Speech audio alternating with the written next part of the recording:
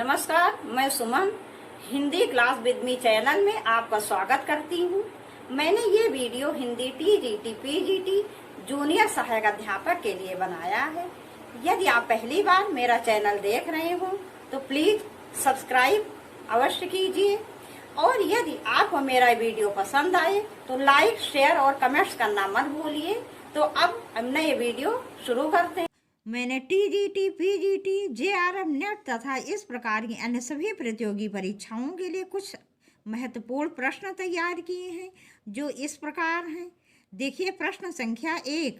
हिंदी नवरत्न के लेखक हैं। हिंदी नवरत्न के लेखक हैं ए महावीर प्रसाद द्विवेदी, बी प्रताप नारायण मिश्र, सी मिश्र बंधु, डी इनमें से कोई नहीं। इसका विकल्प सी मिश्र बंधु सही है।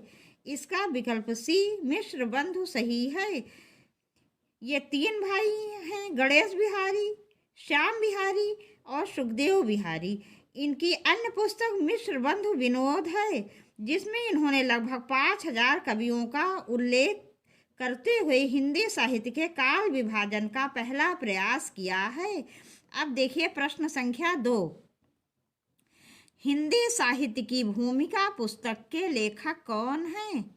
हिंदी साहित्य की भूमिका पुस्तक के लेखक कौन हैं? ए रामचंद्र शुक्ल, बी राम कुमार वर्मा, सी विश्वनाथ प्रसाद मिश्र, डी हजारी प्रसाद द्विवेदी। इसका विकल्प डी हजारी प्रसाद द्विवेदी सही है। इसका विकल्प डी हजारी प्रसाद द्विवेदी सही है। हजारी प्रसाद द्विवेदी जी ने हिंदी साहित्य की भूमिका हिंदी साहित्य 1940 ईस्वी और हिंदी साहित्य का उद्भव और विकास, हिंदी साहित्य का आदिकाल 1952 ईस्वी में लिखा था। अब देखिए प्रश्न संख्या 3। प्रश्न संख्या 3 देखिए। को घट ए वृषभानुजा वह हलधर के वीर, इनमें से कौन सी व्यंजना है? को घट ए वृषभानुजा वह हलधर के वीर में कौन सी व्यंजना है? ए शाब्दी व्यंजना, बी आर्थी व्यंजना, सी रस व्यंजना, डी इनमें से कोई नहीं। इसका विकल्प ए शाब्दी व्यंजना सही है। इसका विकल्प ए शाब्दी व्यंजना सही है। अभिधा और लक्षणा के शांत होने पर जिस शब्द शक्ति द्वारा व्यंग्यार्थ की प्रतीत होती है उसे व्यंजना शक्ति कहते हैं। यहाँ पर व्यंजना शब्द शक्ति की ये शाब्दी व्यंजना है, जहाँ शब्द विशेष के प्रयोग पर ही व्यंग्यार्थ निर्भर रहता है, अर्थात उस शब्द के स्थान पर जिसका पर्यायवाची शब्द रख दिया जाए तो व्यंजना का लोप हो जाता है। वहाँ सदैव शाब्दी व्यंजना होती है, जैसे चिर जीवे जोरी जुरे क्यों ना स्नेह गंभीर, को घट ए वृषभानुजा वह हलधर के वीर। इस दोहे में यदि वृषभानुजा और हलधर के स्थान पर उनके पर्यायवाची शब्द गाय और बैल रख दिए जाएं तो व्यंग्यार्थ नहीं रहेगा, अतः इस दोहे में शाब्दी व्यंजना है। अब देखिए प्रश्न संख्या 4। प्रश्न संख्या 4। इनमें से वो कौन सी रचना है जिसे मूलतः हिंदी शब्द सागर की भूमिका के रूप में लिखा गया है, किंतु बाद में उसे स्वतंत्र ग्रंथ भी बना दिया गया है?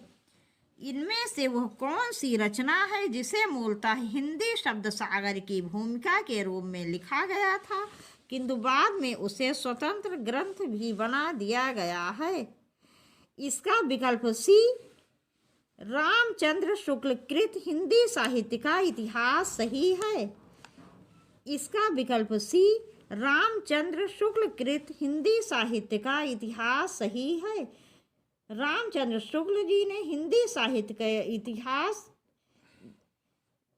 एक ऐसी रचना की है हिंदी साहित्य के इतिहास की जिसे मूलतः हिंदी शब्द सागर की भूमिका के रूप में लिखा गया था, किंतु बाद में उसे स्वतंत्र ग्रंथ भी बना दिया गया।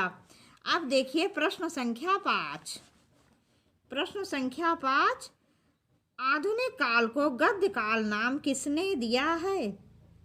आधुनिक काल को गद्य काल नाम किसने दिया है?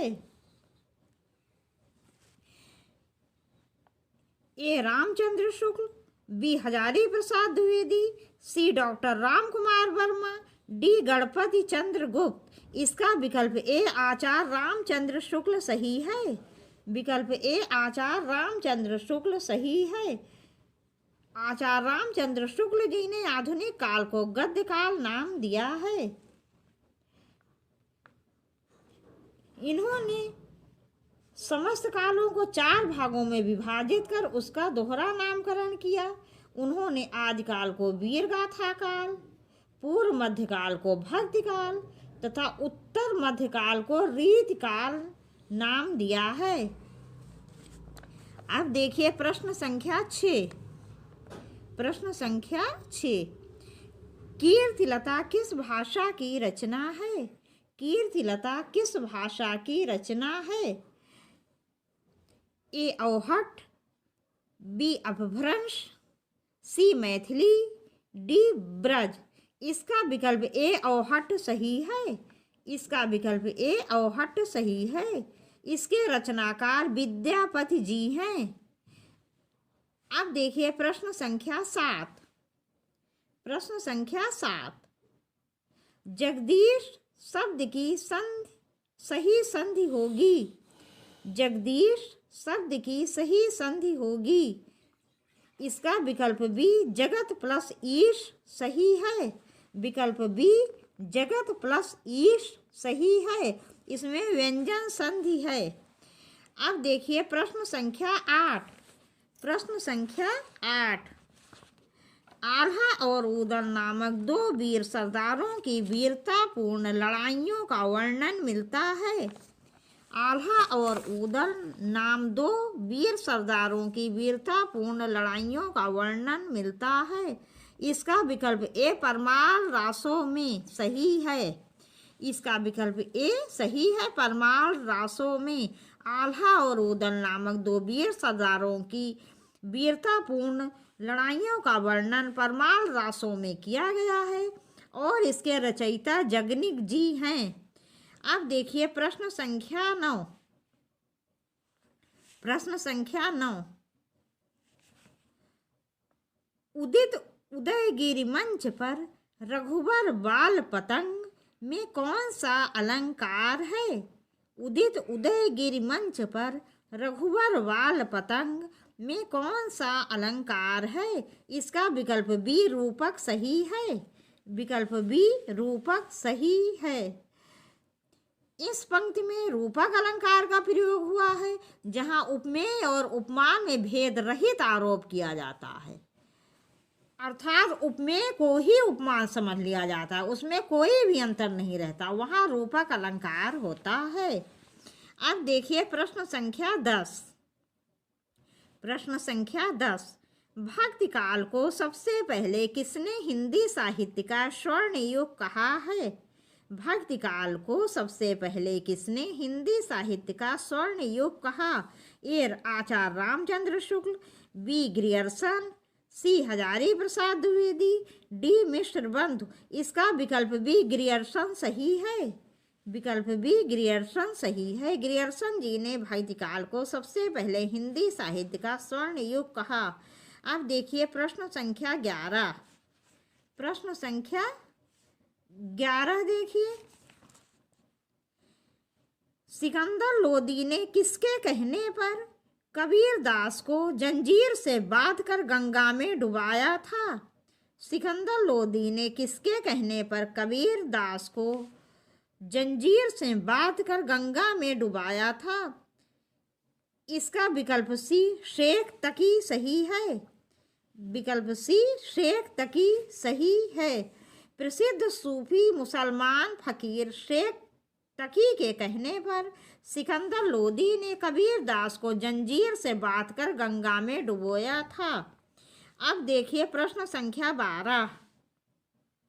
प्रश्न संख्या 12, जब उपमेय में उपमान की संभावना प्रकट की जाए तब होता है। इसका विकल्प डी उत्प्रेक्षा अलंकार सही है।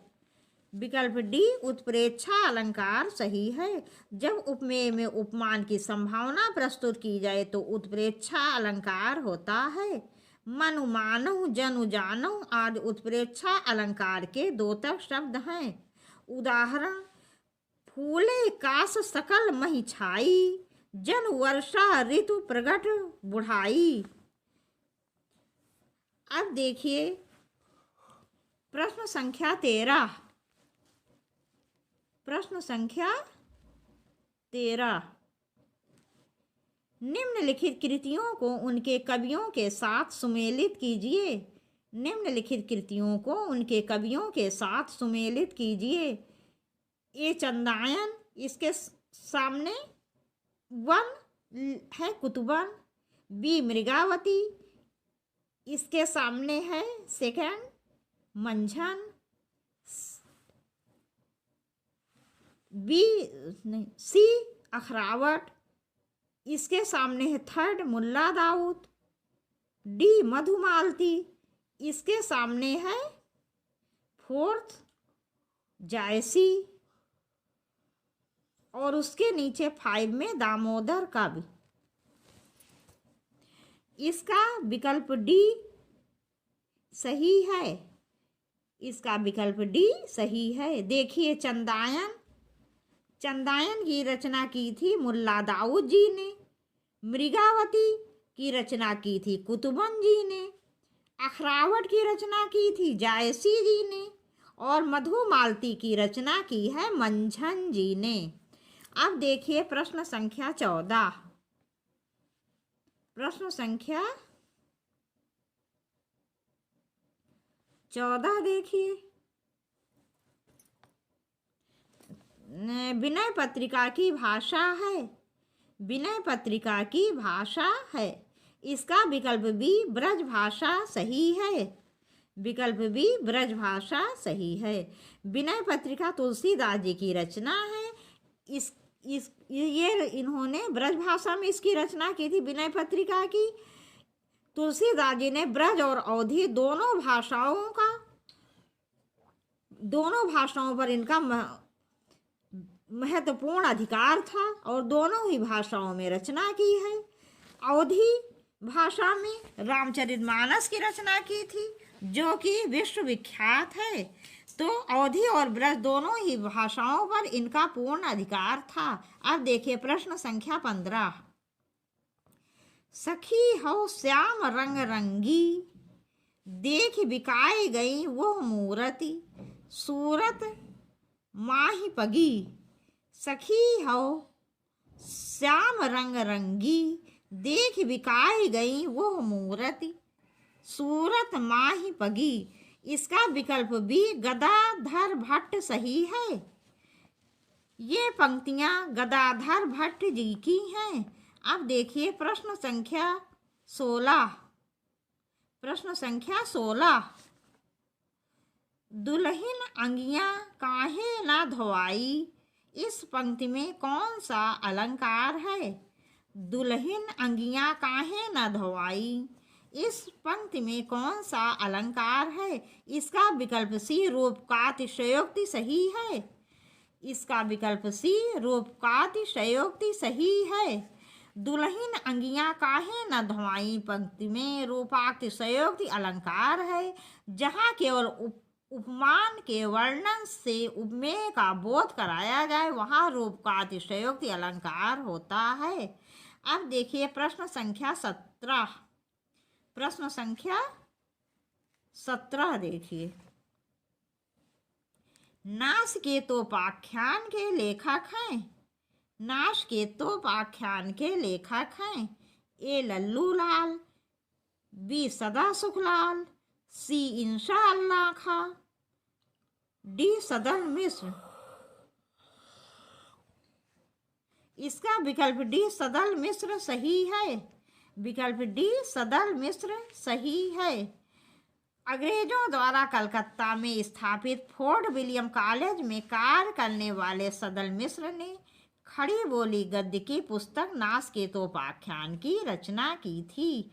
फोर्ट विलियम कॉलेज के हिंदी उर्दू अध्यापक लल्लू लाल ने प्रेम सागर, मुंशी सदा सुखलाल ने सुख सागर और इंशा अल्लाह खान ने रानी केतकी की कहानी, जिसका एक दूसरा नाम उदय भानचरित भी है, की रचना की थी। अब देखिए प्रश्न संख्या 18।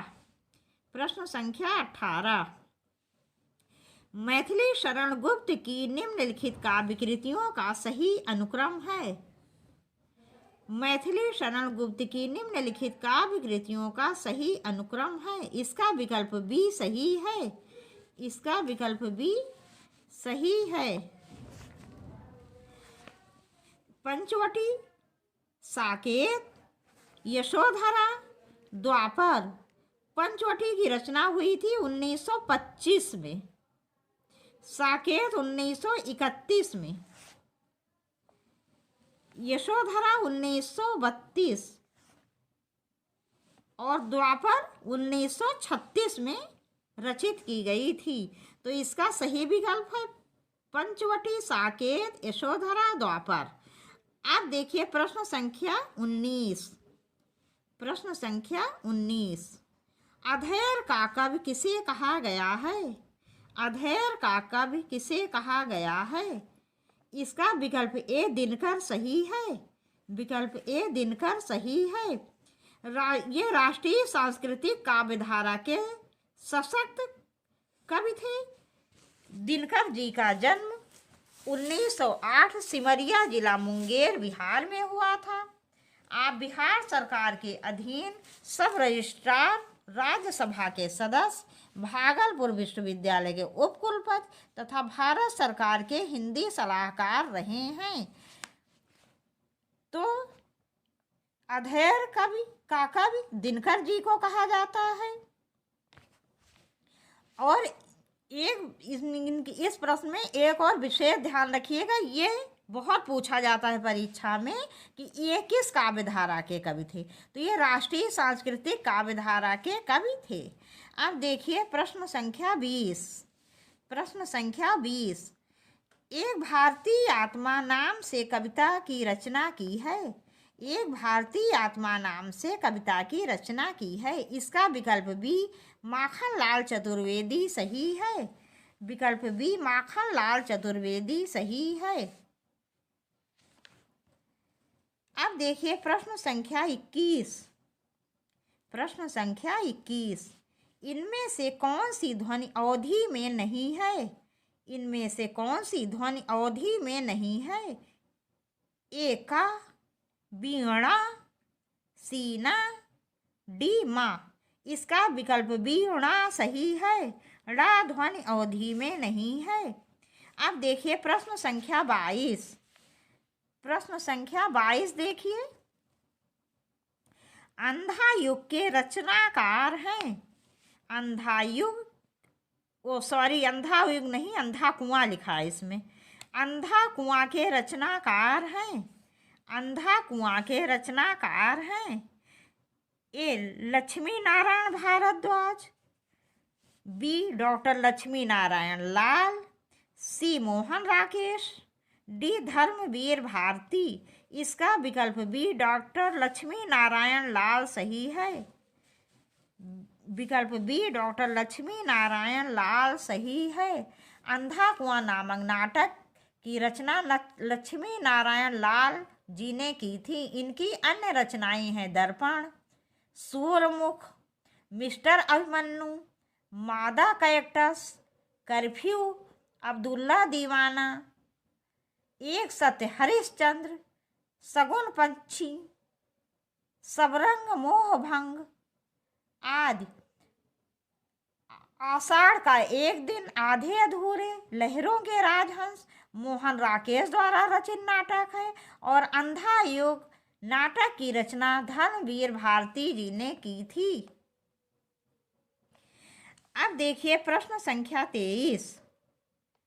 प्रश्न संख्या 23, निम्नलिखित में से किस नाटक का प्रच्छन्न नायक गौतम बुद्ध है? ए अजातशत्रु, बी विक्रमादित्य, सी लहरों के राजहंस, डी दशाश्वमेध। इसका विकल्प सी लहरों के राजहंस सही है। विकल्प सी लहरों के राजहंस सही है।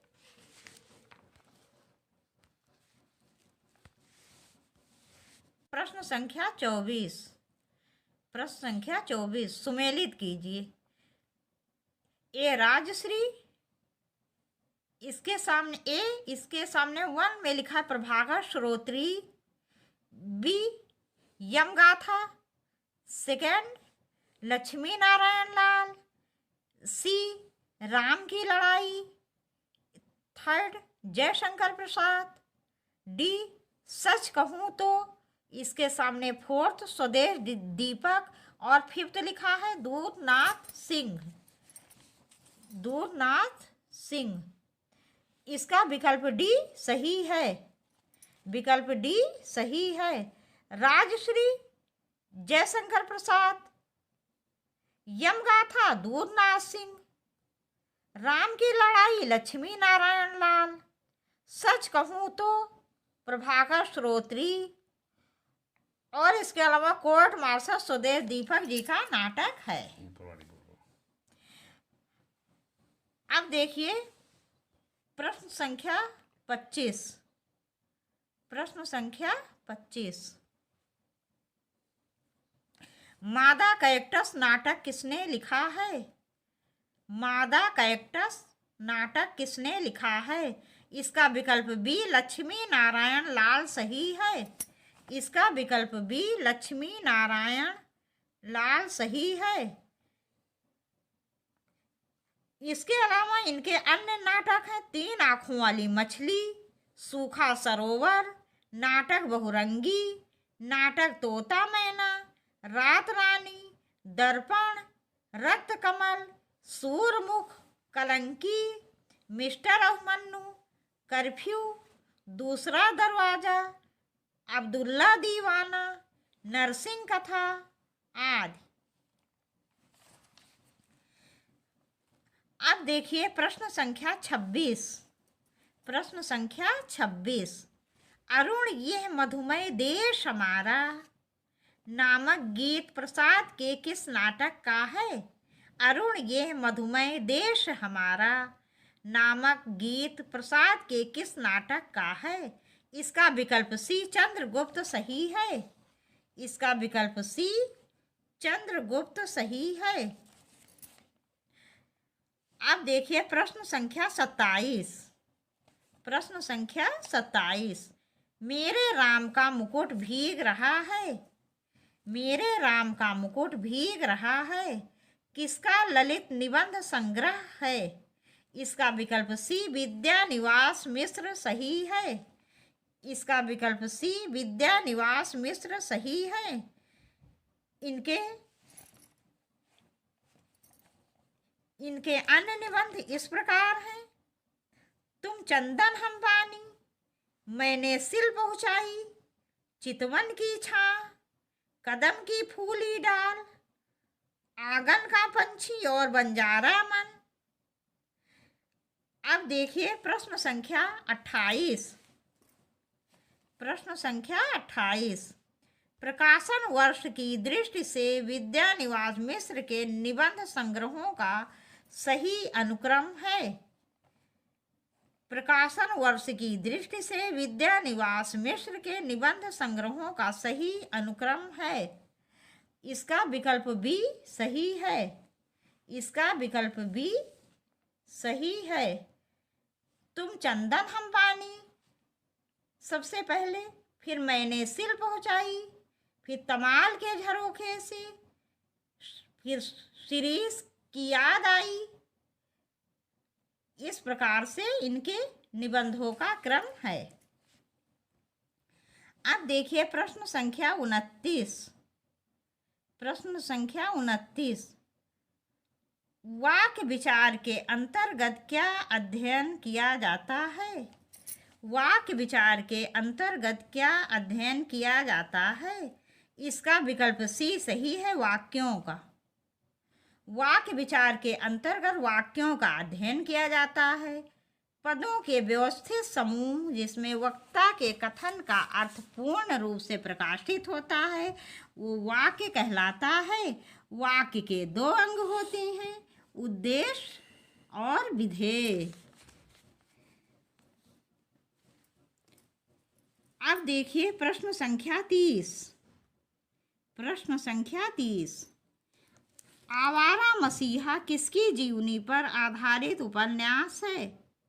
आवारा मसीहा किसकी जीवनी पर आधारित उपन्यास है? इसका विकल्प सी शरत चंद्र सही है। इसका विकल्प सी शरत चंद्र सही है और इसके रचनाकार थे विष्णु प्रभाकर जी। अब देखिए प्रश्न संख्या 31। प्रश्न संख्या 31, कर्नाट कबीलों के जीवन यथार्थ के विविध पक्षों पर आधारित उपन्यास है। कर्नाट कबीलों के जीवन यथार्थ के विविध पक्षों पर आधारित उपन्यास है। इसका विकल्प सी सही है, कब तक पुकारूं। कब तक पुकारूं एक कर्नाट कबीलों के जीवन यथार्थ से संबंधित उपन्यास है और इसके रचनाकार रागे राघव जी थे। कब तक पुकारूं ये रागे राघव जी का उपन्यास है जो कि कर्नाट कबीलों के जीवन यथार्थ पर आधारित है।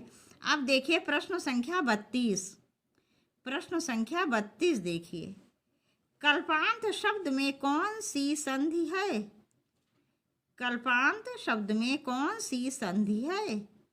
इसका विकल्प सी दीर्घ संधि सही है। इसका विकल्प सी दीर्घ संधि सही है। कल्प प्लस अंत आ मिलके आ दीर्घ हो जाता है। इसका सूत्र है अंका सवर्णे दीर्घा। अब देखिए प्रश्न संख्या 33। प्रश्न संख्या 33 देखिए, प्रकाशन वर्ष के आधार पर निम्नलिखित उपन्यासों का सही अनुक्रम क्या है? प्रकाशन वर्ष के आधार पर निम्नलिखित उपन्यासों का सही अनुक्रम क्या है? इसका विकल्प सी सही है।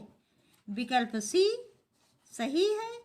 रुकोगी नहीं राधिका, आपका बंटी, चाक, आमा आदि है। रुकोगी नहीं राधिका इसको लिखा था उषा प्रियमदा जी ने। उसके बाद आपका बंटी मन्नू भंडारी जी ने लिखा था।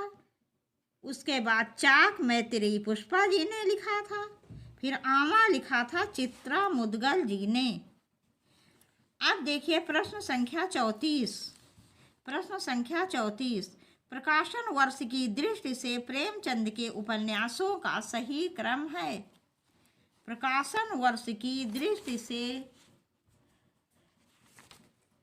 प्रेमचंद के उपन्यासों का सही क्रम है। इसका विकल्प सी सही है। विकल्प सी सही है। रंगभूमि, निर्मला, कर्मभूमि, गोदान। रंगभूमि 1925 में लिखा गया था। ये उर्दू उपन्यास है जिसे चौगाने हस्ती का रूपांतरण किया गया। रंगभूमि 1925 में ये उर्दू उपन्यास चौगाने हस्ती का अनुवाद है। इसे प्रेमचंद का पहला चरित्र प्रधान उपन्यास माना गया है। उसके बाद निर्मला 1927 में, इसमें दहेज प्रथा तथा अलमेल विवाह की समस्या वर्णित है। फिर कर्मभूमि 1933, इसके 5वें भाग में हिंदू मुस्लिम एकता, अछूतो उद्धार, किसान का उद्धार, हरिजन समस्या आदि का वर्णन किया गया है। फिर गोदान 1936 में, ये रचना इनकी अंतिम रचना थी। ये यथार्थवादी रचना है। इसमें भारतीय किसानों का मर्मस्पर्शी करुणा और त्रासदी का दस्तावेज है। अब देखिए प्रश्न संख्या 35। प्रश्न संख्या 35, आचार्य रामचंद्र शुक्ल द्वारा लिखित 11 वर्ष का समय किस विधा की रचना है? आचार्य रामचंद्र शुक्ल द्वारा लिखित 11 वर्ष का समय किस विधा की रचना है? इसका विकल्प ए कहानी सही है। इसका विकल्प ए कहानी सही है।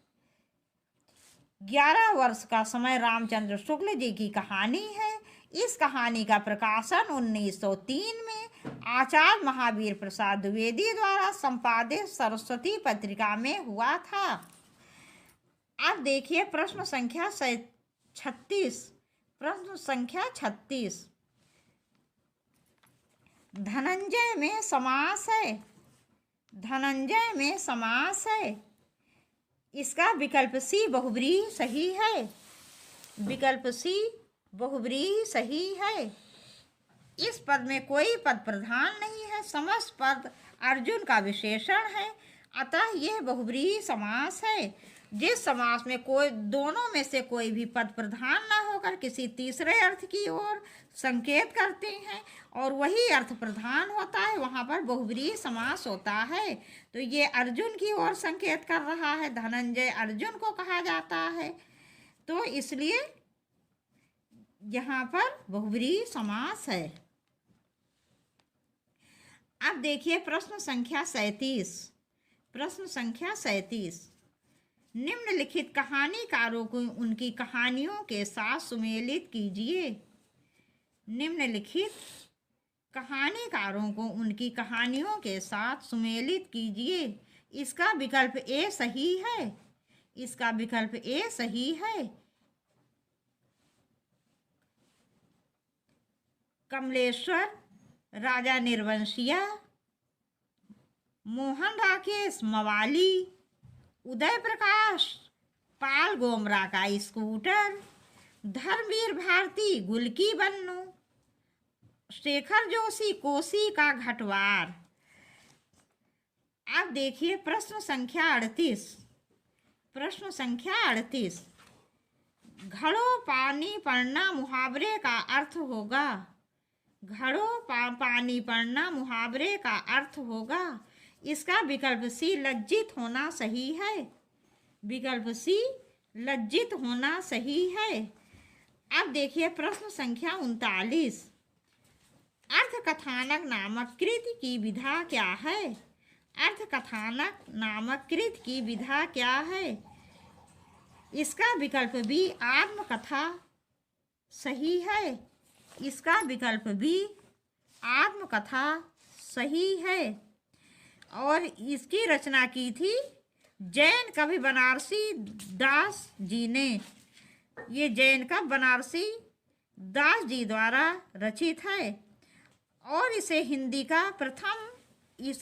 की प्रथम आत्मकथा माना जाता है। ये हिंदी की प्रथम आत्मकथा थी। ये हिंदी की प्रथम आत्मकथा थी। अब देखिए प्रश्न संख्या 40। प्रश्न संख्या 40। गमन का विलोम है। गमन का विलोम है। इसका विकल्प डी आगमन सही है। विकल्प डी आगमन सही है। देखिए प्रश्न संख्या 41। प्रश्न संख्या 41। 9 2 11 होना का अर्थ है। 9 2 11 होना का अर्थ है। इसका विकल्प सी भाग जाना सही है। विकल्प सी भाग जाना सही है। अब देखिए प्रश्न संख्या 42। देखिए प्रश्न संख्या 42। नाट्य शास्त्र के प्रणेता हैं। नाट्य शास्त्र के प्रणेता हैं। इसका विकल्प बी भरत मुनि सही है। विकल्प बी भरत मुनि सही है। रस संप्रदाय के मूल प्रवर्तक आचार्य भरत मुनि नाट्य शास्त्र नामक ग्रंथ के प्रणेता हैं। अपने ग्रंथ नाट्य शास्त्र में नाटक के मूल तत्वों का विवेचन करते हुए भरत मुनि ने निम्नलिखित में रस सूत्र दिया है। विभाव, अनुभाव, संचारी भाव, संयोगाद्रस रस निष्पत्ति। अर्थात विभाव, अनुभाव, व्यभिचारी भाव के संयोग से रस की निष्पत्ति होती है। भरत मुनि के इस रस सूत्र की व्याख्या करते हुए भट्टलोलट ने उत्पत्तिवाद या आरोपवाद, भट्टनायक ने भुक्तिवाद या भोगवाद तथा आचार्य अभिनवगुप्त ने अभिव्यक्तिवाद का प्रतिपादन किया। अब देखिए प्रश्न संख्या 43। प्रश्न संख्या 43।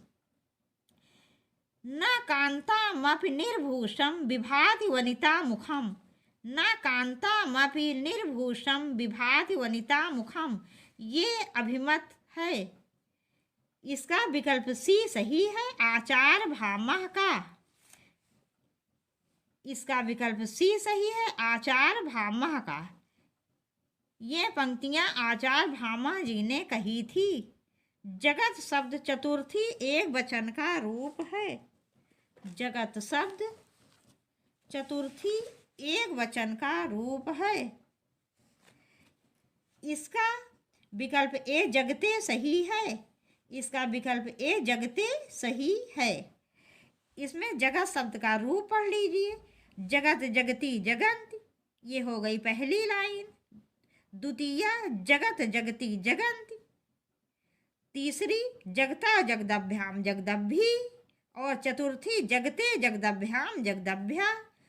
तो चतुर्थी एक वचन में आ रहा है जगते, तो इसका विकल्प है जगते सही है। अब देखिए प्रश्न संख्या 44। प्रश्न संख्या 44। भुक्तिवाद की अवधारणा किसकी है? भुक्तिवाद की अवधारणा किसकी है? इसका विकल्प बी भट्टनायक सही है। इसका विकल्प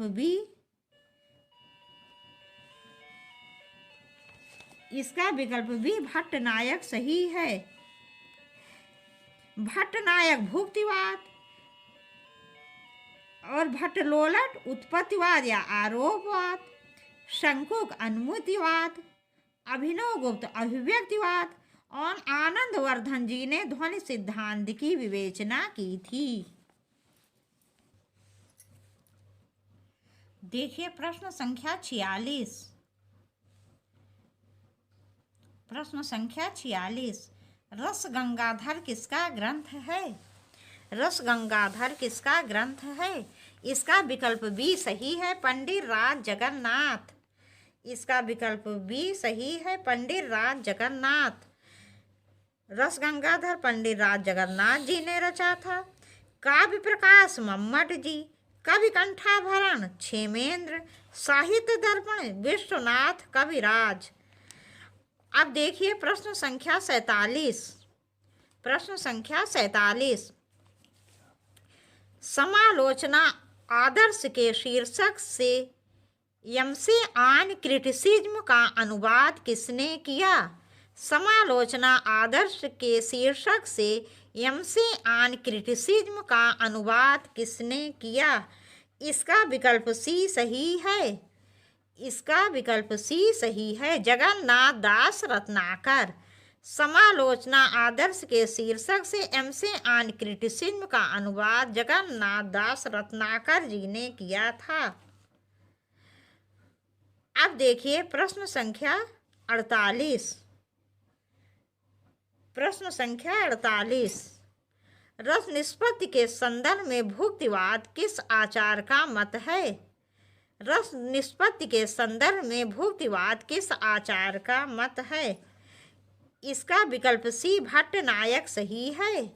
इसका विकल्प सी भट्टनायक सही है। भट्टलोलट नवीं सदी उत्पत्तिवाद मीमांसा दर्शन, भट्टशंकु नवीं सदी अनुमितिवाद न्याय दर्शन, भट्टनायक 10वीं सदी भुक्तिवाद साख्य दर्शन और अभिनवगुप्त 11वीं सदी अभिव्यक्तिवाद शैव दर्शन। ये जितने भी मैंने ये बताए हैं, इन सबको बहुत अच्छी तरह याद कर लीजिएगा। इसमें से एक प्रश्न परीक्षा में अवश्य पूछा जाता है कोई ना कोई।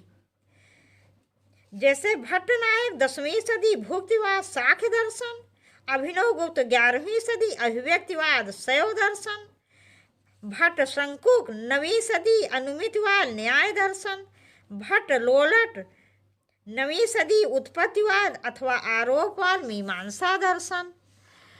अब देखिए प्रश्न संख्या 49। प्रश्न संख्या 49। चंपू के भेद हैं, चंपू के भेद हैं। इसका विकल्प डी सही है, इसका विकल्प डी सही है। विरोध और करम्भक, विरोध और करम्भक ये दो भेद चंपू के होते हैं। चंपू गद्य एवं पद्य मिश्रित काव्य रचना को कहते हैं। इस नवीन काव्य शैली की रचना आचार्य विश्वनाथ ने राज स्तुति के लिए की थी तथा इसे दो भागों में विभक्त किया, विरोध और करम्भक। अब देखिए प्रश्न संख्या 50। प्रश्न संख्या 50। सत्यर्थे पृथगर्थायाः स्वर व्यंजन संघते क्रमेण तेन वावृति यमकम विनिगद्यते। यमक की यह परिभाषा किस आचार्य ने दी है? यमक की यह परिभाषा किस आचार्य ने दी है? इसका विकल्प भी सही है, इसका विकल्प भी सही है। विश्वनाथ जी ने यमक की यह परिभाषा दी है। और ये किस रचना में दी है? तो इनकी रचना साहित्य दर्पण थी और उसी में यह परिभाषा इन्होंने दी है। अब देखिए प्रश्न संख्या 51। प्रश्न संख्या 51 देखिए। आंग्ल भाषा में लिखा गया हिंदी साहित्य का इतिहास, स्केच ऑफ हिंदी लिटरेचर के लेखक हैं। इसका विकल्प भी सही है, पादरी एडिसन ग्रीव्ज। पादरी एडिसन ग्रीव्ज जी ने आंग्ल भाषा में हिंदी साहित्य का इतिहास, स्केच ऑफ हिंदी लिटरेचर की रचना की थी। अब देखिए प्रश्न संख्या 52। प्रश्न संख्या 52। साधारणीकरण की सही व्याख्या है, साधारणीकरण की सही व्याख्या है। इसका विकल्प डी सही है। साधारणीकरण वह व्यापार है जिसके द्वारा काव्य सृष्टि में कवि निर्मित पात्र व्यक्ति विशेष न बनकर सामान्य व्यक्ति बन जाते हैं। जी हाँ, साधारणीकरण वह व्यापार है जिसमें कोई भी विशिष्ट व्यक्ति विशिष्ट न रहकर वह सामान्य व्यक्ति बन जाता है। जैसे सीता जी देवी न रहकर एक सामान्य नारी के रूप में चित्रित होती हैं। अब देखिए प्रश्न संख्या 53। प्रश्न संख्या 53। निम्नलिखित में से भरत मुनि विरचित ग्रंथ का नाम है। निम्नलिखित में से भरत मुनि विरचित ग्रंथ का नाम है। इसका विकल्प सी नाट्य शास्त्र सही है। इसका विकल्प सी नाट्य शास्त्र सही है। नाट्य शास्त्र की रचना की थी भरत मुनि ने। 10 रूपक धनंजय, साहित्य दर्पण विश्वनाथ जी, नाटक लक्षण रत्नकोश सागर नंदी जी ने। अब देखिए प्रश्न संख्या 54। प्रश्न संख्या 54। काव्य हेतु संबंधी प्रस्तुत पंक्तियों के रचयिता हैं। काव्य हेतु संबंधी प्रस्तुत पंक्तियों के रचयिता हैं। सत्य निपुणता, लोक शास्त्र, काव्यान्वेषणात्, काव्यंग शिक्षा अभ्यास, इतु हेतु स्तुत भवे। इसके रचयिता हैं मम्मट जी। इसके रचयिता हैं मम्मट जी। अब देखिए प्रश्न संख्या 55। प्रश्न संख्या 55। भट्ट नायक का भुक्तिवाद किस दर्शन पर आधारित है? भट्ट नायक का भुक्तिवाद किस दर्शन पर आधारित है? तो इसका विकल्प डी सांख्य दर्शन सही है। इसका विकल्प डी सांख्य दर्शन सही है। भट्ट नायक जी का ये मत सांख्य दर्शन से संबंधित था। भुक्तिवाद इन्होंने लिखा था और ये सांख्य दर्शन से संबंधित था। इसी प्रकार और देख लीजिए, अभिनव गुप्त अभिव्यक्तिवाद, शैवदर्शन, शंकुक अनुमतिवाद, न्याय दर्शन, भट्ट लोलट उत्पत्तिवाद, मीमांसा दर्शन। अब देखिए प्रश्न संख्या 56। प्रश्न संख्या 56। चौपाई छंद में मात्राओं की संख्या होती है। चौपाई छंद में मात्राओं की संख्या होती है। इसका विकल्प सी 16 सही है। विकल्प सी 16 सही है। चौपाई सममात्रिक छंद होता है और इसके प्रत्येक चरण में 16 मात्राएं होती हैं। 16 + 16 + 16 + 16, ये 4 बार 16 लिखने से 64 मात्राएं हो जाती हैं। तो ये सममात्रिक छंद है। 4 चरण होते हैं इसके और 16-16 करके पूरी 64 मात्राएं इसमें होती हैं।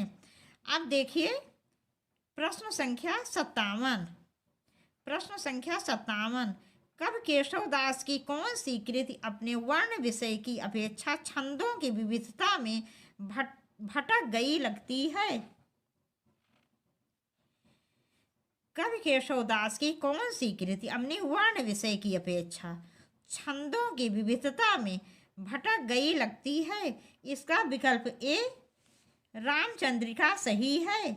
विकल्प ए रामचंद्रिका सही है।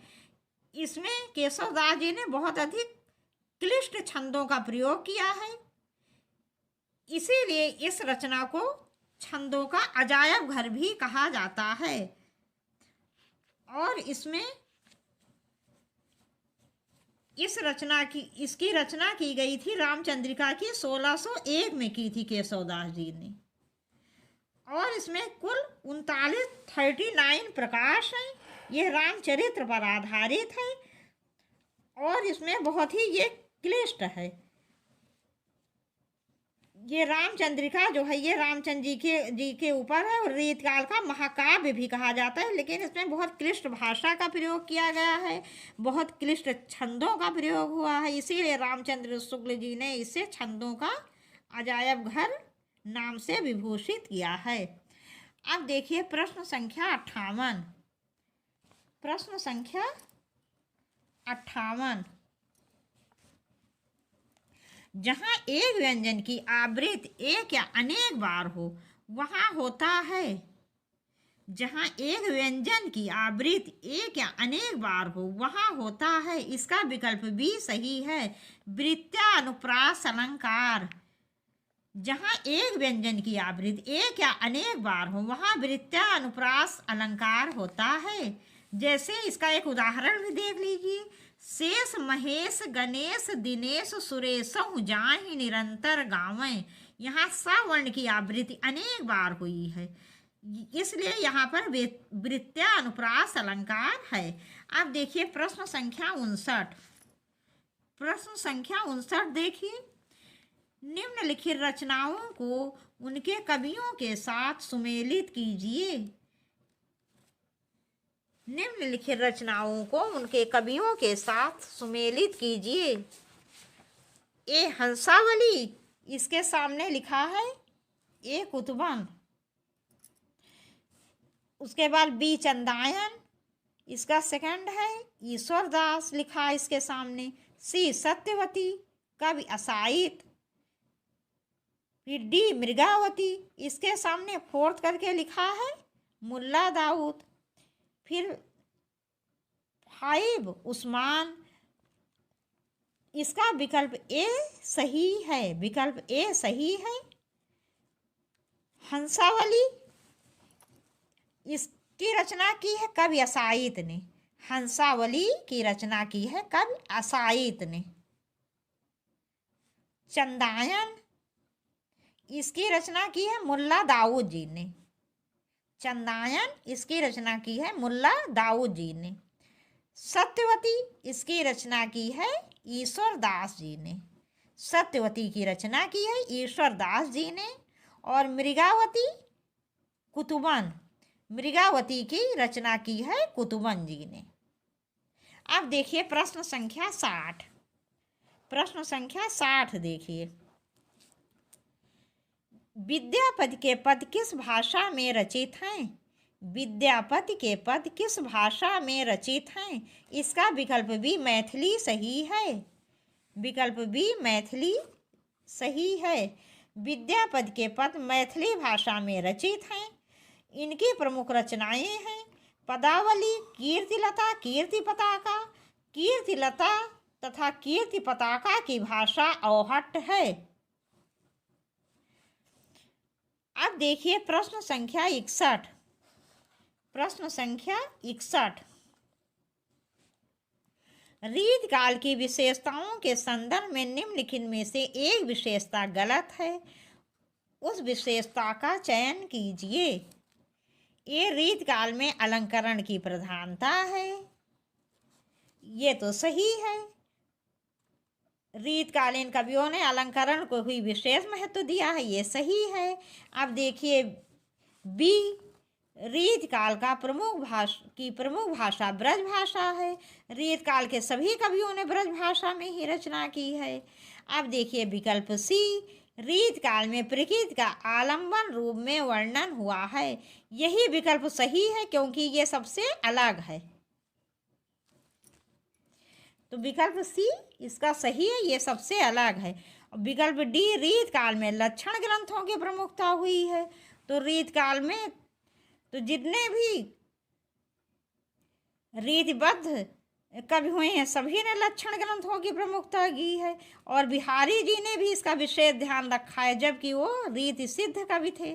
तो इसका विकल्प सी सही है क्योंकि यही विकल्प गलत है केवल, तो इसलिए ये सही है। क्योंकि रीतकाल में आलंबन रूप में प्रकृति का चित्रण प्रायः नहीं हुआ है। रीतकालीन कवियों ने प्रकृति का चित्रण उद्दीपन और आलंकारिक रूप में किया है। अब देखिए प्रश्न संख्या 62। प्रश्न संख्या 62 देखिए, उत्तर प्रदेश सरकार द्वारा गठित लिपि सुधार परिषद की 28-29 नवंबर 1953 को हुई बैठक की अध्यक्षता की थी। इसका विकल्प भी सही है। तत्कालीन उपराष्ट्रपति डॉक्टर सर्वपल्ली राधाकृष्णन ने उत्तर प्रदेश सरकार द्वारा गठित लिपि सुधार परिषद की 28-29 नवंबर 1953 में हुई बैठक की अध्यक्षता तत्कालीन उपराष्ट्रपति डॉक्टर सर्वपल्ली राधाकृष्णन जी ने की थी। अब देखिए प्रश्न संख्या 63। प्रश्न संख्या 63 देखिए, बघेली बोली का संबंध किस उपभाषा से है? बघेली बोली का संबंध किस उपभाषा से है? तो इसका विकल्प बी पूर्वी हिंदी सही है। इसका विकल्प बी पूर्वी हिंदी सही है। इसके अतिरिक्त पूर्वी हिंदी की अन्य बोलियां हैं अवधी और छत्तीसगढ़ी। उत्तर प्रदेश में अवधी, मध्य प्रदेश में बघेली तथा छत्तीसगढ़ में छत्तीसगढ़ी बोली जाती है। और यदि पूछा जाता बिहारी बोली, तो बिहारी बोली भोजपुरी, मगही, मैथिली और अंगिका, ये 4 हैं। भोजपुरी, मगही, मैथिली, अंगिका। पश्चिमी बोली खड़ी बोली हरियाणवी, बांगरू, बुंदेली, कन्नौजी आदि हैं। अब देखिए प्रश्न संख्या 64। प्रश्न संख्या 64, मैंने स्मृति के दीप जलाए किसकी रचना है? मैंने स्मृति के दीप जलाए किसकी रचना है?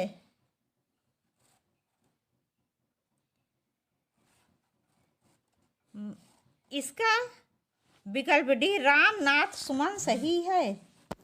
विकल्प डी रामनाथ सुमन सही है। रामनाथ सुमन जी ने इसकी रचना की थी, मैंने स्मृति के दीप जलाए। अब देखिए प्रश्न संख्या 65। प्रश्न संख्या 65, रामपुर, मुरादाबाद, बिजनौर, मेरठ, देहरादून, मैदानी भाग और सहारनपुर की बोली है।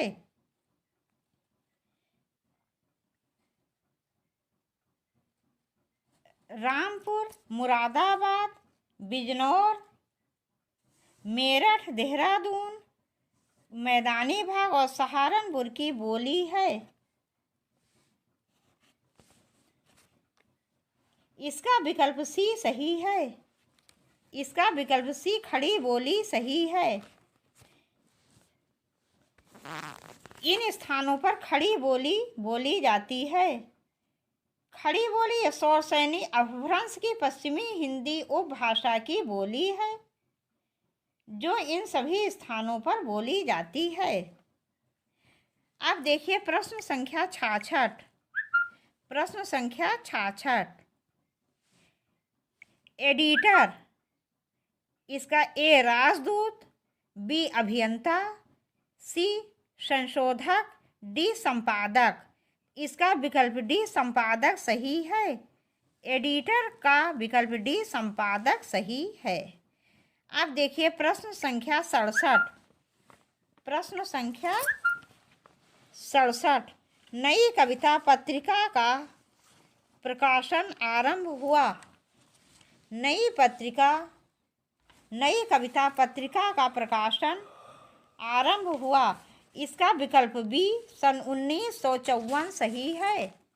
विकल्प बी 1954 सही है। इसके संपादक जगदीश गुप्त एवं राम स्वरूप चतुर्वेदी थे। अब देखिए प्रश्न संख्या 68। राजभाषा आयोग के प्रथम अध्यक्ष थे। राजभाषा आयोग के प्रथम अध्यक्ष थे। इसका विकल्प बी बाल गंगाधर खरे सही है। इसका विकल्प बी बाल गंगाधर खरे सही है। बाल गंगाधर खरे जी राजभाषा आयोग के प्रथम अध्यक्ष थे।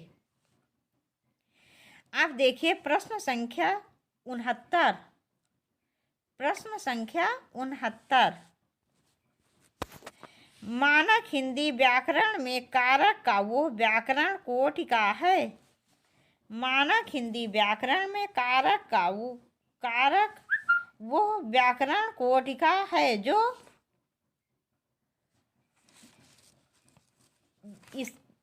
इसका विकल्प सी सही है। उद्देश्य और विधेय पदों को जोड़ती है। उद्देश्य और विधेय पदों को जोड़ती है। प्रश्न संख्या 69।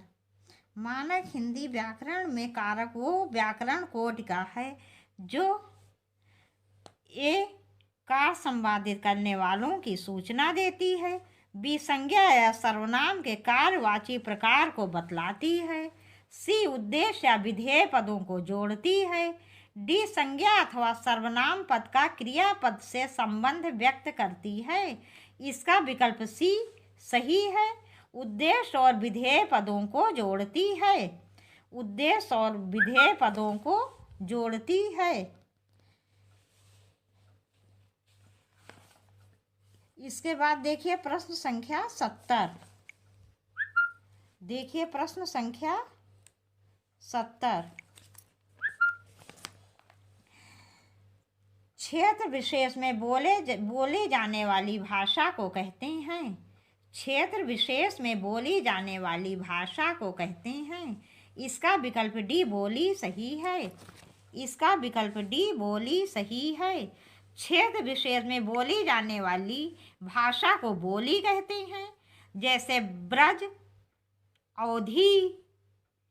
जैसे ब्रज कुछ निश्चित क्षेत्रों में बोली जाती है, पश्चिमी क्षेत्रों में। इसी तरह अवधी कुछ निश्चित पूर्वी क्षेत्रों में बोली जाती है। छत्तीसगढ़ी छत्तीसगढ़ में। इसी प्रकार भोजपुरी, मगधी, मैथिली ये सब भी बिहार की बोलियां हैं। इसी तरह मेवाती और मालवी आदि राजस्थान के विशेष क्षेत्रों में बोली जाती है। तो क्षेत्र विशेष में बोली जाने वाली भाषा ही बोली होती है। अब देखिए प्रश्न संख्या 71। प्रश्न संख्या 71। मेरे घर से आपका घर 5 किलोमीटर दूर है। मेरे घर से आपका घर 5 किलोमीटर दूर है। इस वाक्य में घर से में कौन सा कारक है? इसका विकल्प डी अपादान सही है। इसका विकल्प डी अपादान सही है। मेरे घर से आपका घर 5 किलोमीटर दूर है। इस घर में अपादान कारक इसलिए है क्योंकि जहाँ पर अलगाव की स्थिति होती, किसी चीज़ का अलग होना पाया जाता है, वहाँ पर सदैव अपादान कारक होता है। इसका चिन्ह तो से होता है, लेकिन कोई चीज़ वहाँ से अलग हो जाती, जहाँ पर अलग होना पाया जाता है, तो अलग यहाँ पर अलग हो रहा है। घर से मेरे घर से उसके घर की दूरी बताई जा रही है, तो अलग होना पाया जा रहा है, इसलिए अलग होने की स्थिति में यहाँ अपादान कारक है। अब देखिए प्रश्न संख्या 72। प्रश्न संख्या 72, निम्नलिखित शब्दों में पुल्लिंग का चयन कीजिए। निम्नलिखित शब्दों में पुल्लिंग का चयन कीजिए। ए हवा, बी कोयल, सी दारा, डी शिक्षा। इसका विकल्प सी दारा सही है। इसका विकल्प सी दारा सही है। इसमें सब स्त्रीलिंग है, केवल दारा शब्द जो है यही पुल्लिंग है। अब देखिए प्रश्न संख्या 73। प्रश्न संख्या 73, चिड़िया शब्द का प्रयोग बहुवचन में क्या होगा? चिड़िया शब्द का प्रयोग बहुवचन में क्या होगा? इसका विकल्प ए चिड़िया सही है। इसका विकल्प ए चिड़िया सही है। अब देखिए प्रश्न संख्या 74। प्रश्न संख्या 74, यदि ए, ऐ, ओ तथा औ के बाद कोई भिन्न स्वर आता है तो उसके स्थान पर क्रमशः ऐ, आय, औ, आओ हो जाता है, वो संधि कौन सी है? यदि ए, ऐ, ओ तथा औ के बाद कोई भिन्न स्वर आता है तो उनके स्थान पर क्रमशः ऐ, आय, औ, आओ हो जाता है, वो संधि कौन सी है? इसका विकल्प डी अयादि सही है। इसका विकल्प डी अयादि सही है। यदि ए, ऐ, ओ तथा औ के बाद कोई भी भिन्न स्वर आता है तो इसके स्थान पर क्रमशः ऐ, आय, औ, आओ हो जाता है। जहाँ पर भी ये ए, ऐ, ओ, औ के बाद ऐ, आओ, ऐ, आय, औ, आओ हो जाता है, वहाँ पर सदैव अयादि स्वर संधि होती है। अब देखिए प्रश्न संख्या 75। प्रश्न संख्या 75, अनंत की सही संधि होगा। अनंत की सही संधि होगी। इसका विकल्प ए अन प्लस अंत सही है। इसका विकल्प ए अन प्लस अंत सही है। अन प्लस अंत मिलके हो जाएगा अनंत। अब देखिए प्रश्न संख्या 76। प्रश्न संख्या 76 देखिए, इनमें से किस शब्द में यड़ संधि है? इनमें से किस शब्द में यड़ संधि है? इसका विकल्प सी देव्यागम सही है। विकल्प सी देव्यागम सही है। इसमें यड़ संधि है।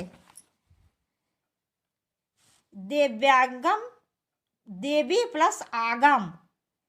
यड़ स्वर संधि जब ई, उ तथा री के बाद कोई भिन्न स्वर आए तो ई का या तथा उ का वा, री का रा हो जाता है। अब देखिए प्रश्न संख्या 77। देखिए प्रश्न संख्या 77, निराला के उपन्यास का प्रकाशन की दृष्टि से सही अनुक्रम कौन सा है? निराला के उपन्यास का प्रकाशन की दृष्टि से सही अनुक्रम कौन सा है? इसका विकल्प ए सही है। विकल्प ए सही है। अप्सरा 1931, अलका 1933, निरुपमा 1936, प्रभावती 1936। तो ये इसका सही अनुक्रम है। अब देखिए प्रश्न संख्या 78। प्रश्न संख्या 78, जगदम्बा बाबू गांव आ रहे हैं। जगदम्बा बाबू गांव आ रहे हैं। कहानी संग्रह किस कथा लेखिका की है? कहानी संग्रह किस कथा लेखिका की है? इसका विकल्प सी चित्रा मुद्गल सही है। इसका विकल्प सी चित्रा मुद्गल सही है।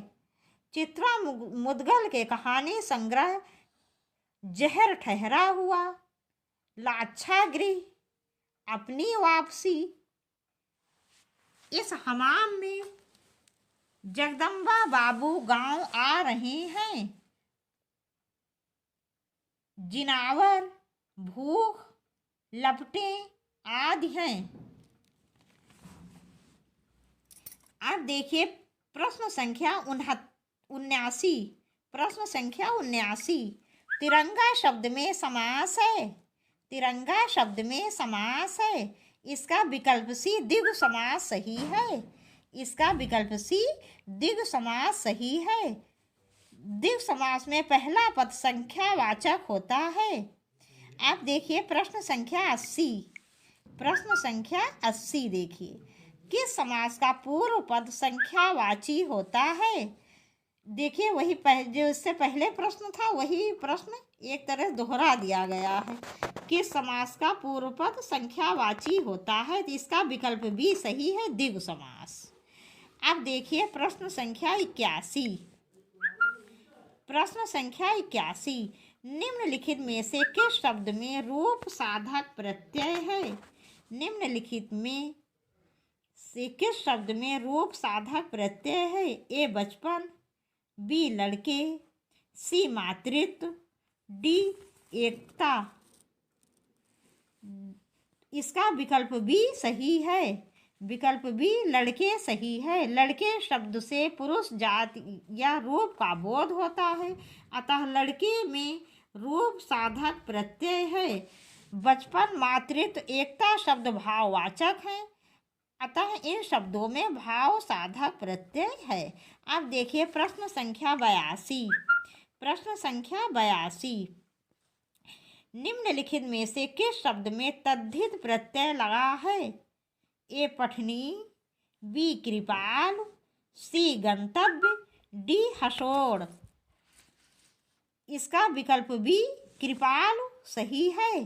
कृपाल शब्द में तद्धित प्रत्यय लगा हुआ है। अब देखिए प्रश्न संख्या 83। प्रश्न संख्या 83। निम्नलिखित में से वर्तनी की दृष्टि से शुद्ध शब्द का चयन करें। निम्नलिखित में से वर्तनी की दृष्टि से शुद्ध शब्द का चयन करें। इसका विकल्प सी परिपार्श्विक सही है। इसका विकल्प सी परिपार्श्विक सही है। आप देखिए प्रश्न इस निम्नलिखित में शुद्ध वर्तनी वाला शब्द है। निम्नलिखित में शुद्ध वर्तनी वाला शब्द है। इसका विकल्प डी उच्छृंखल सही है। इसका विकल्प डी उच्छृंखल सही है। अब देखिए प्रश्न संख्या 85। प्रश्न संख्या 85। धूसर किसका पर्याय है? धूसर किसका पर्याय है? इसका विकल्प सी गर्दभ सही है। इसका विकल्प सी गर्दभ सही है। धूसर शब्द गर्दभ का पर्यायवाची है। गर्दभ शब्द के अन्य पर्यायवाची इस प्रकार हैं: रासव, वैशाख नंदन, वेशर, चक्रीवान, खर इत्यादि। अब देखिए प्रश्न संख्या 86। प्रश्न संख्या 86। अश्व का पर्यायवाची शब्द है।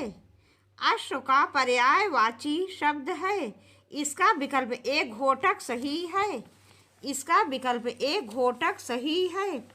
अश्व के अन्य पर्यायवाची हैं है, बाज, तुरंग, घोड़ा, रविसुत, सैंधव इत्यादि।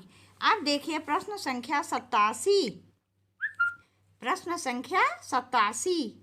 निम्नलिखित आत्मकथाओं को उनके लेखकों के साथ सुमेलित कीजिए।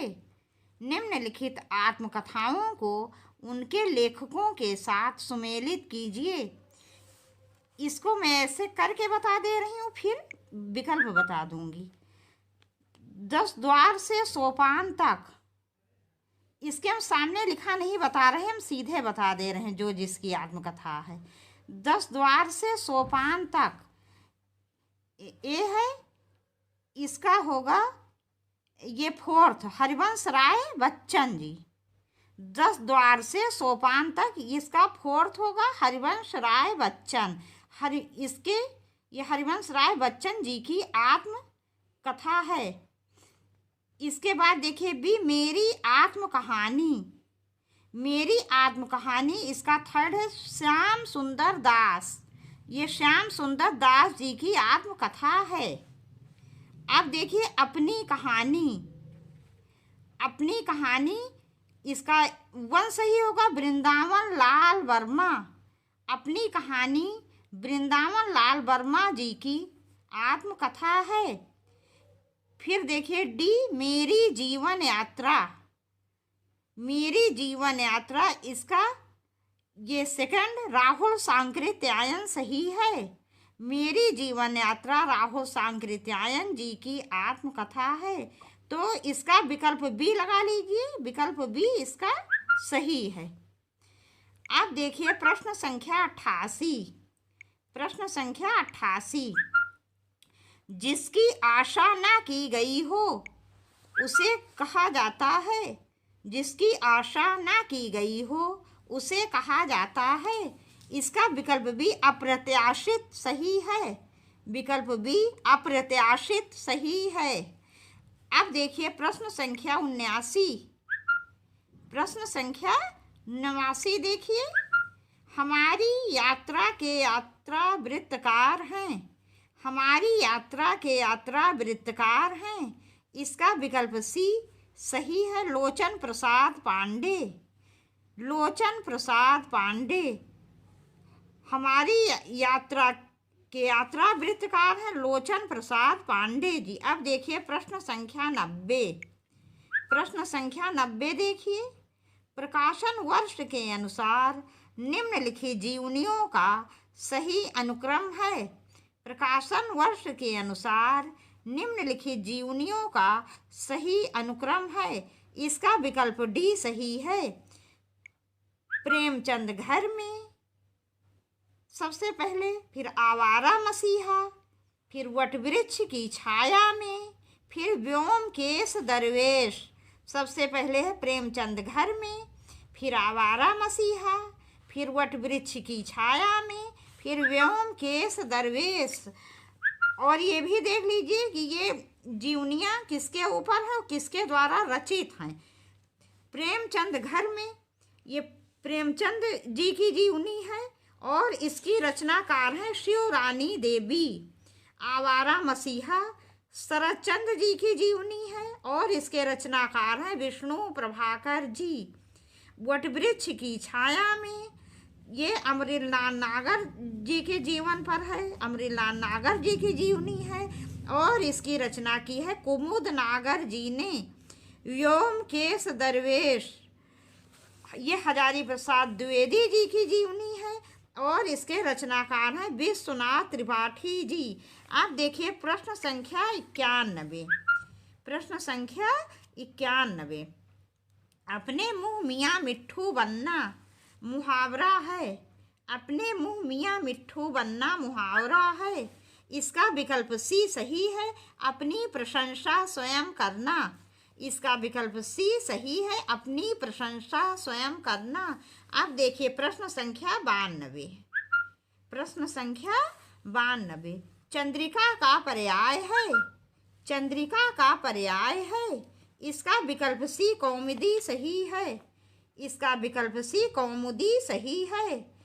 इसके अन्य पर्याय हैं चांदनी, ज्योत्सना, चंद्रकला, जबकि चंद्रहास, रजत, चांदी के पर्याय हैं। अब देखिए प्रश्न संख्या 93। प्रश्न संख्या 93, आर्द्र का विलोम शब्द है। आर्द्र का विलोम शब्द है। इसका विकल्प भी सही है, शुष्क। अब देखिए प्रश्न संख्या 94। प्रश्न संख्या 94। महात्मा शब्द में कौन सा समास है? महात्मा शब्द में कौन सा समास है? इसका विकल्प सी कर्मधारय सही है। इसका विकल्प सी कर्मधारय सही है।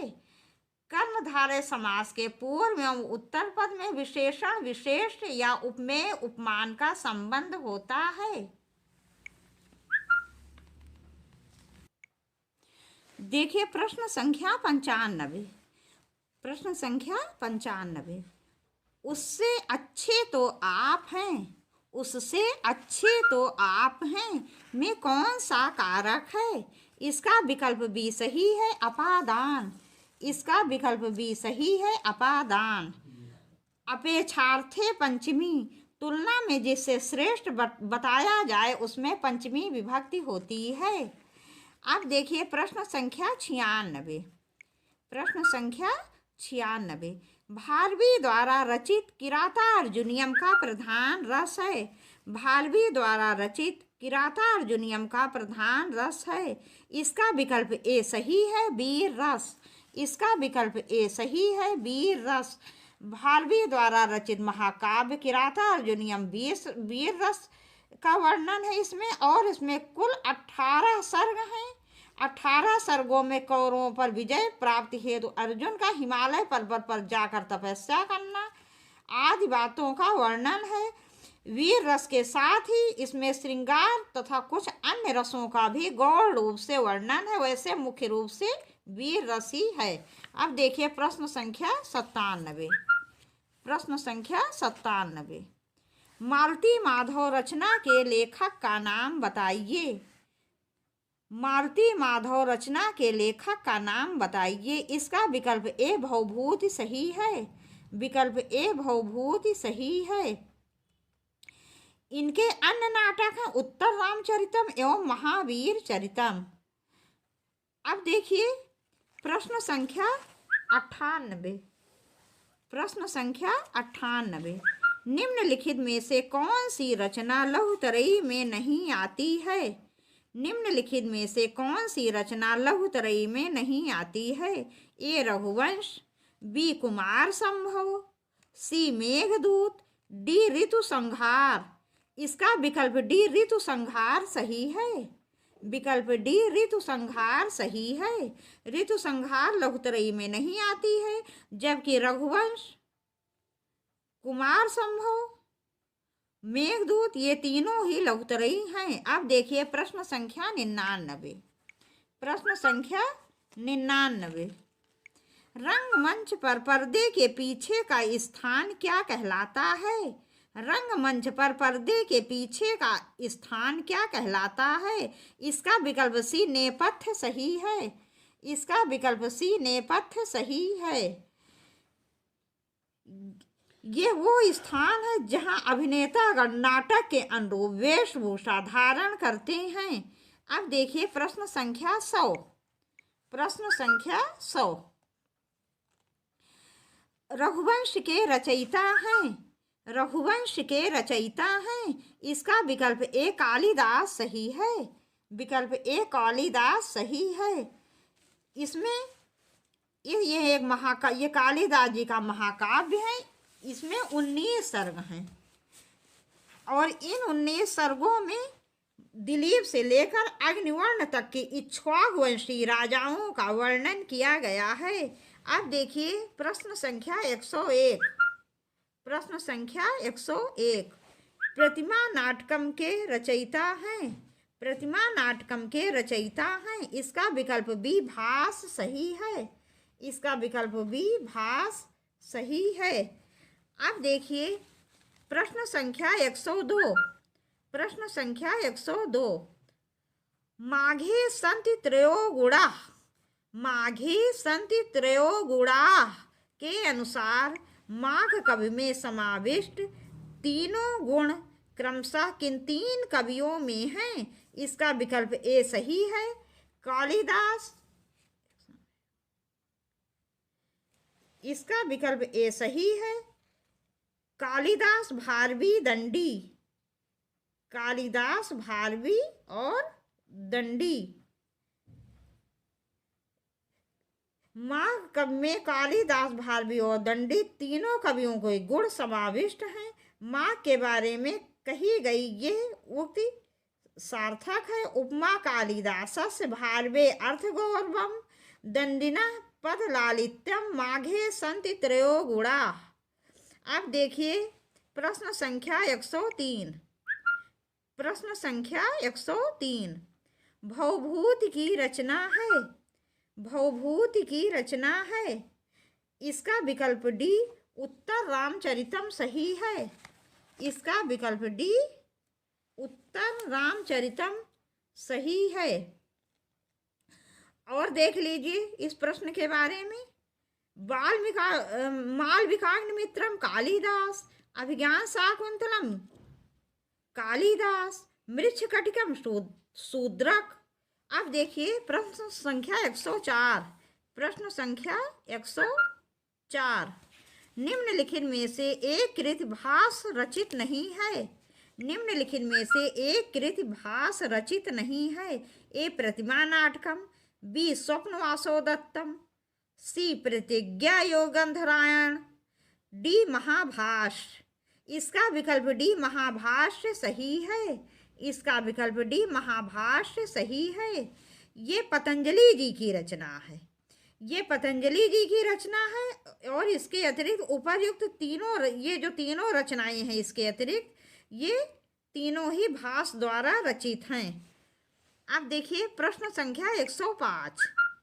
प्रश्न संख्या 105 गीत गोविंद के रचयिता हैं। गीत गोविंद के रचयिता हैं। इसका विकल्प डी जयदेव सही है। इसका विकल्प डी जयदेव सही है।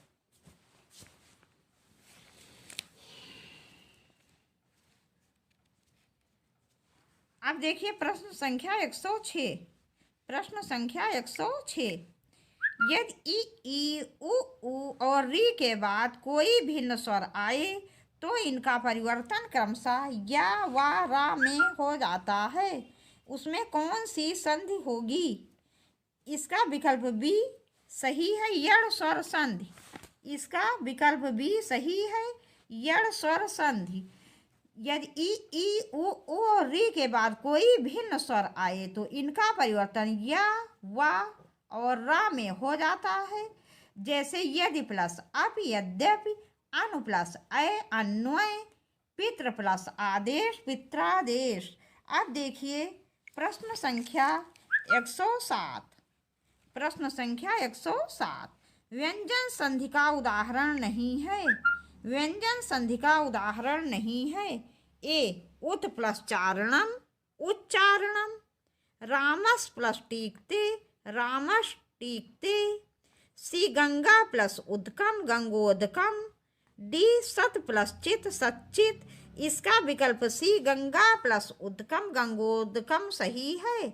इसका विकल्प सी गंगा प्लस उदकम, गंगोदकम सही है। ये गुण स्वर संधि है। इसके अतिरिक्त तीनों व्यंजन संधि हैं और ये गुण स्वर संधि है। अब देखिए प्रश्न संख्या 108।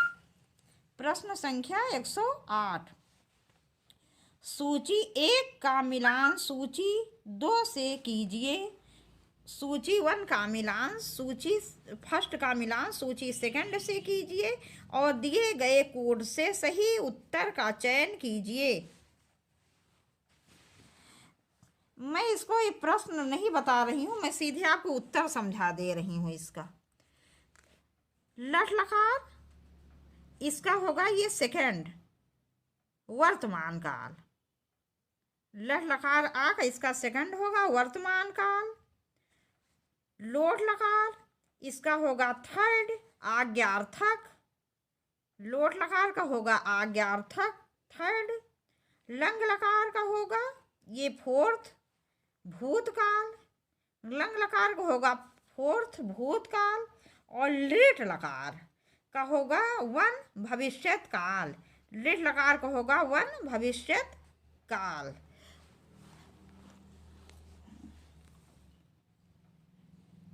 और इसमें जो ऑप्शंस दिए हैं इसमें इसका विकल्प डी सही होगा।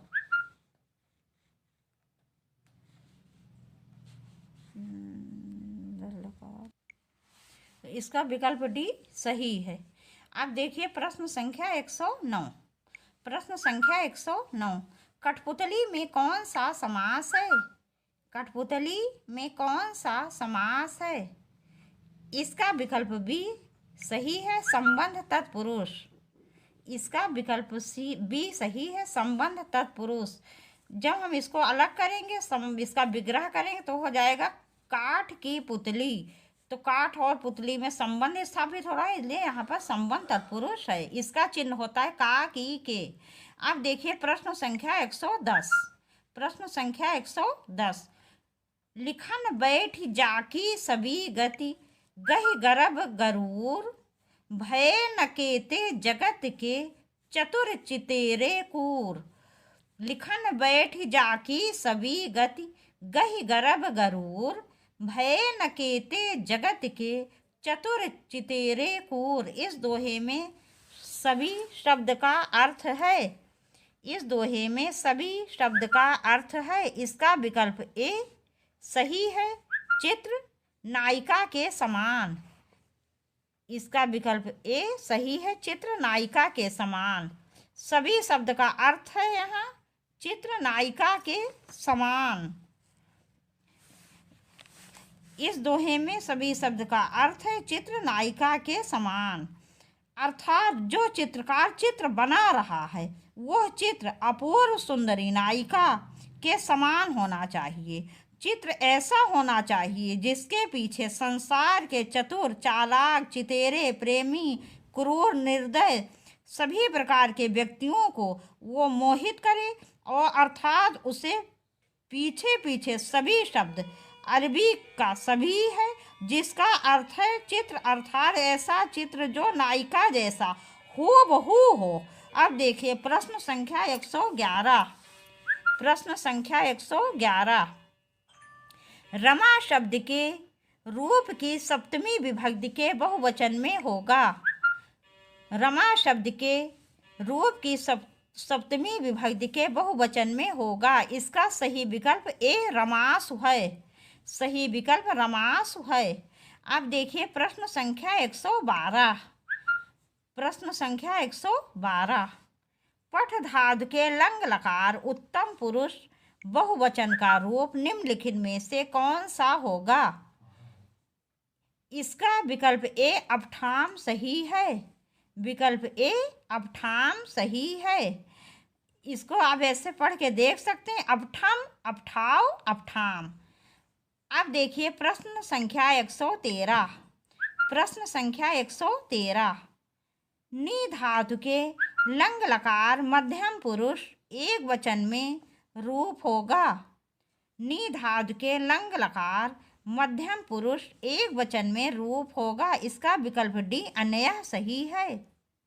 विकल्प डी अनयः सही है। कर्तरि कर्मणो कृति इतनेन सूत्रेण विभक्ति वृद्धियते। इसको देखिए, इसका विकल्प बी सही है। कृदंत के योग में कर्ता तथा कर्म में षष्ठी विभक्ति होती है। अब देखिए प्रश्न संख्या 115। प्रश्न संख्या 115, सहयुक्ते प्रधाने सूत्रेणान अप्रधाने विभक्ति विधीयते। सहयुक्ते प्रधाने सूत्रेण अनेन अप्रधाने विभक्ति विधीयते। इसका विकल्प सी तृतीया विभक्ति सही है। इसका विकल्प सी तृतीया विभक्ति सही है। सहयुक्ते प्रधाने सह सात के योग में अप्रधान कारक में तृतीया विभक्ति होती है। जैसे राम के साथ सीता वन जाती हैं, रामेण सह सीता वनम गच्छति। अब देखिए प्रश्न संख्या 116। प्रश्न संख्या 116, सुधा क्षीर निधिम मथनाति। सुधा क्षीर निधिम मथनाति रेखांकित पदस्य कर्म संज्ञा विधायकम सूत्रम। इसका विकल्प सी, इसका विकल्प सी सही है जो है अक्थितंग, अक्थितंग विकल्प सी सही है। अब देखिए प्रश्न संख्या 117, प्रश्न संख्या 117, स्पृहा धातु के प्रयोग में किसकी स्पृहा होती है? यहाँ वहाँ विभक्ति होती है चतुर्थी, इसका विकल्प डी चतुर्थी सही है। स्पृहा धातु के प्रयोग में जिसकी स्पृहा होती है वहाँ विभक्ति होती है, इसका विकल्प डी सही है चतुर्थी।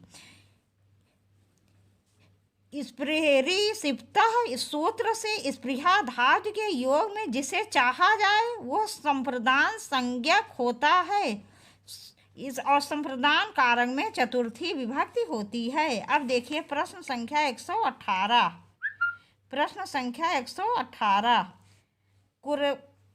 क्रोशेन अनुवाको अधीतः में तृतीया विभक्ति का प्रयोग किया गया है।